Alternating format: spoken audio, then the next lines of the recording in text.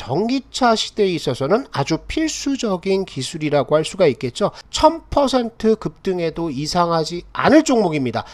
안녕하십니까, 주식성공TV입니다. 오늘은 세계적으로 독보적인 기술력을 가지고 있는 기업, 그리고 실적만 보면 어마어마한 상승이 나와도 이상하지 않을 저평가 우량주 두 종목에 대해서 설명을 드리겠습니다. 첫 번째 종목은 세계 기술력 압도적인 1위죠. 그리고 테슬라 밸류체인의 핵심 종목이 되겠습니다. 그리고 두 번째 종목은 여러가지 테마가 붙어있긴 하지만 실적만 보더라도 1000% 급등해도 이상하지 않을 종목입니다. 차례차례 설명을 드릴 테니까 끝까지 들어주시면 좋겠습니다. 첫 번째 종목은 명신산업이 되겠습니다. 명신산업은 핫스탬핑 기술력에 있어서는 압도적인 1위 업체가 되겠습니다. 핫스탬핑이라는 것은 간단히 설명을 드리면 뜨겁게 강판을 달군 다음에 이 강판을 모양을 잡습니다. 시뻘겋게 달구어진 철판의 모양을 잡고요. 그리고 빠르게 냉각을 시키면 무게는 그대로인데 강도가 2배에서 3배까지 증가를 합니다. 그렇다고 한다면 전기차 시대에 있어서는 아주 필수적인 기술이라고 할 수가 있겠죠. 조금 더 자세히 들어가 보도록 하겠습니다. 자, 테슬라 모델 기준으로 봤을 때 배터리 팩의 무게 증가 때문에 내연기관에 비해서 차량 무게가 무려 500kg 이상 증가를 할 수밖에 없습니다. 그렇기 때문에 차체의 강도는 그대로 두면서 무게를 줄이는 작업들이 필요한데요. 그게 바로 핫스탬핑 부품이 담당을 한다는 것이죠. 기존의 내연기관 차량에는 핫스탬핑 부품이 6개에서 7개가 들어갔다라고 한다면 테슬라 모델 3 기준으로는 무려 16개가 들어갑니다. 뿐만 아니라 앞으로 차량 안전성 강화를 위해서 부품 적용 확대가 진행이 되고 있다라는 것들을 볼 수가 있는데요. 글로벌 전기차 모델, 요게 이제 테슬라가 되겠죠. 그런데 고객사 모델을 명신산업에서는 추가로 확보를 했습니다. 그것이 바로 픽업 트럭인데, 픽업 트럭이라고 한다면 뭐가 생각나시죠? 사이버 트럭입니다. 그래서 명신산업은 테슬라와 함께 아주 폭발적인 성장을 하고 있는 기업이다, 이렇게 생각하셔도 좋을 것 같습니다. 자, 그래서요, 명신산업은 테슬라가 기가팩토리를 증설을 하면서 여기에 같이 공장 증설이 들어갔습니다. 작년에 나왔던 기사를 한번 보시면은요, 텍사스 기가팩토리 대응을 위해서 준비를 해왔고, 그것이 올해 1월달 공장 건설이 완료가 된다는 계획, 아마 지금쯤이면 완료가 됐겠죠. 그래서 카일 핫스탬핑 공장에서 생산되는 물량은 전량 테슬라로 공급될 것으로 보인다라고 밝히고 있고요. 테슬라 차량의 높은 안정성이 증명이 되면서 다른 전기차 업체들도 명신산업의 핫스탬핑 기술이 적용된 부품에 대해서 관심을 보이기 시작했다, 이렇게 보시면 좋을 것 같습니다.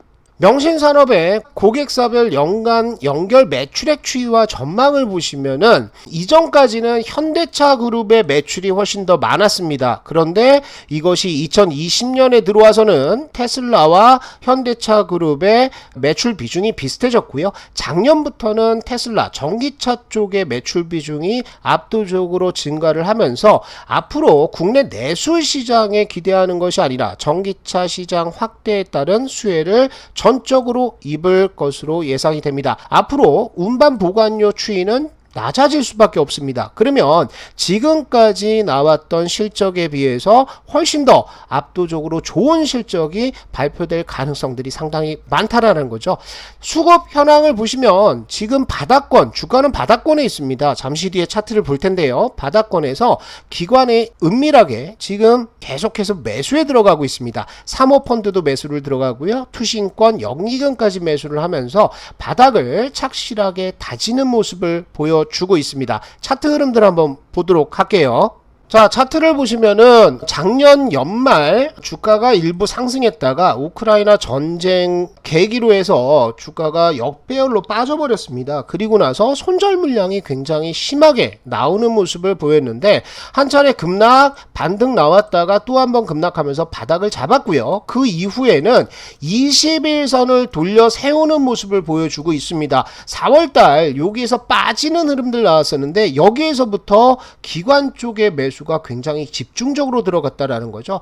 약간 차트를 확대해서 보시면은 지금은 어떤 흐름입니까? 21선을 상방으로 틀어놓고 있다. 그리고 장기 평선과의 이격을 줄이면서 무엇인가 지금 만들고 있는 것들이 보입니다. 그것은 이제는 바닥권에서 요런 정도의 매수만 나온다라고 한다면 60일선을 돌파하는 흐름들 나올 것이고요. 60일 돌파 안착, 그 다음에 224일선까지의 상승 흐름들이 굉장히 쉽게 나올 수 있는 구간이라고 할 수가 있겠습니다. 왜냐하면 과거의 흐름들 보시면은 여기에 음봉거래량들이 많이 터진 것으로 보이는데요. 윗골이 달리면서 음봉거래량 터졌죠. 여기에서도 윗골이 달렸고요. 여기서도 윗골이 달렸습니다. 그런데 윗골이가 달린 것이 과연 매도하는 물량이냐? 저는 이전까지 쌓여있던 매물대를 한 번씩 손바뀜 시켜주는 흐름이라고 볼 수가 있거든요. 그래서 추세선으로 본다고 한다면 이런 식의 수렴 패턴들을 보여주고 있는 상태고요. 그래서 명신산업은 전저점대 이탈하는지만 잘 보시면 될 것 같고요. 단기적으로는 한 번의 상승, 이전에 나왔던 고점부 여기죠. 여기 고점 막혔고요. 윗골이 달았던 요 구간까지는 아주 쉽게 상승을 할 텐데, 이거 돌파하고 나면은 1월 달에 나왔던 요 구간까지는 한번 우리가 기대를 해볼 수 있지 않을까 생각이 되니까 지속적으로 명신산업은 계속 추적을 하신다, 이렇게 보시면 되겠습니다. 자, 다음 종목은 삼지전자가 되겠습니다. 삼지전자는 여러가지 테마에 걸려 있습니다. 5G에도 걸려 있고요. 그 다음에 반도체에도 걸려 있고 자원개발 테마에도 걸려 있는 종목인데 실적이 굉장히 우량하죠. 먼저 자원개발부터 살펴보도록 하겠습니다. EU에서 러시아산 석탄 수입 금지를 합의를 했습니다. 8월달 초부터 이제 발효가 될 텐데요. 그 이전에는 인도네시아도 석탄 수출을 금지를 했죠. 석탄 관련해서는 앞으로 지속적으로 이슈가 나올 수밖에 없다라는 점이죠. 지금 독일과 이탈리아는 이미 해체했던 석탄 화력발전소 재개할 준비를 하고 있고요.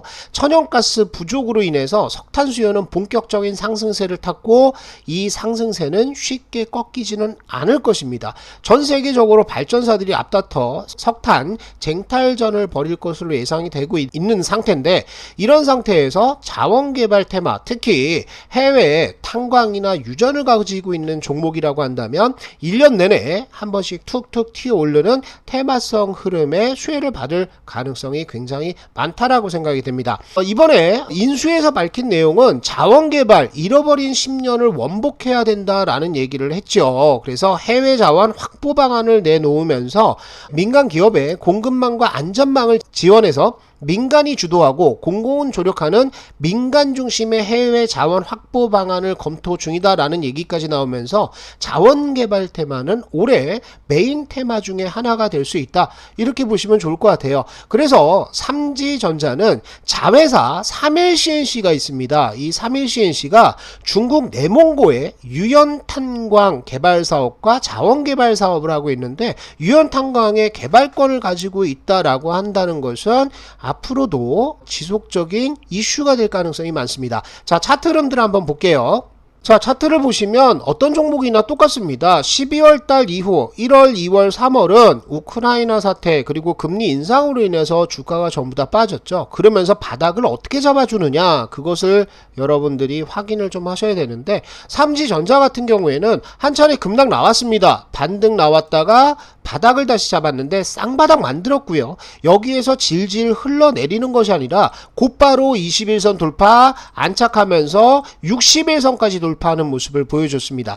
지금은 61선과 21선 또 장기평선까지 수렴을 해놓고 있는 상태가 되겠는데, 굉장히 중요한 것은 주봉상에서 처음으로 1년 만에 덩배열을 만들어 놨다라는 점이죠. 그래서 삼지전자는 누군가는 핸들링을 하고 있다, 주가를 만지고 있다라고 보셔야 될 것 같은데, 종목의 수급들을 한번 보시면은 바닥권에서 요렇게 만드는 것이 누굽니까? 개인 쪽의 물량은 어디로 넘어간다? 외국인 그리고 기타 법인 쪽으로 넘어가면서 수급이 점점 개선이 되고 있는 것들을 볼 수가 있습니다. 그래서 차트상 지금 약간의 반등이 나오고는 있지만 아직까지 수렴 과정이고요. 매물대를 한번 볼게요. 차트를 조금 줄여서 보시면 2년 동안 계속해서 매집을 했던 구간이 어디냐면 가장 매매가 활발하게 일어났던 곳이 11,000원대부터 12,000원대라는 거죠. 여기는 굉장히 강력한 바닥이 될 수가 있고요.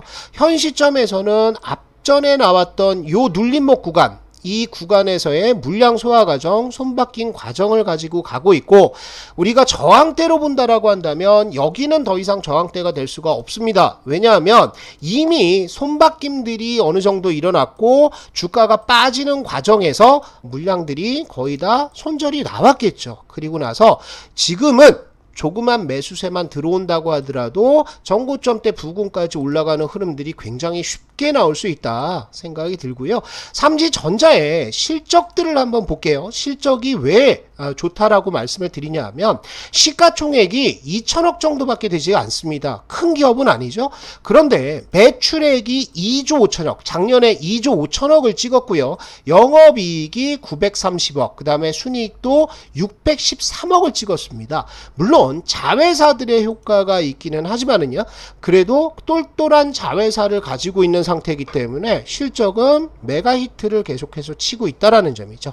그래서 삼지전자는 앞으로 여러분들께서 특히 직장인분들이나 주부분들이 중장기적으로 모아가도 충분히 큰 수익을 노릴 수 있는 종목이다, 이렇게 판단이 되니까 삼지전자 관심권에 놓고 계속 추적을 하시면 좋을 것 같습니다. 자, 오늘 이렇게 명신산업과 삼지전자에 대해서 말씀을 드렸는데 다음 시간에도 좋은 종목들 가지고 여러분들께 큰 도움 드리기 위해서 노력하도록 하겠습니다.